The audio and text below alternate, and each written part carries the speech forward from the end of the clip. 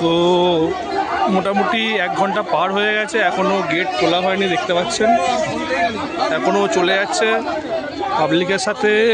আরপিএফদের এখনও কথাবার্তা চলে যাচ্ছে, ফাঁকা করতে বলছে। অনেক যাত্রীদের অসুবিধা হচ্ছে, কিন্তু কিছু করার নেই। এই যে ট্রেন দাঁড়িয়ে আছে, দেখতে পাচ্ছেন আপনারা,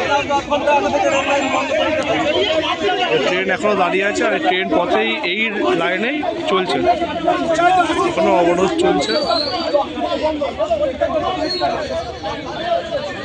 দেখানো হচ্ছে এই কারণেই কিন্তু এইসব জিনিসগুলো হচ্ছে, এই কারণেই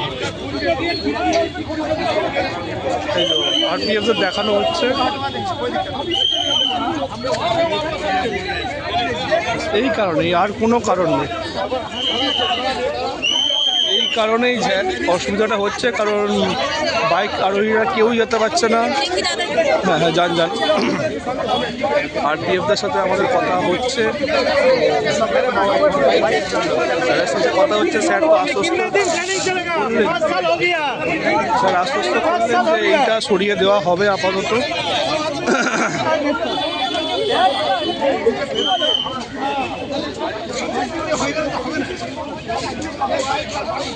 তো আরপিএফরা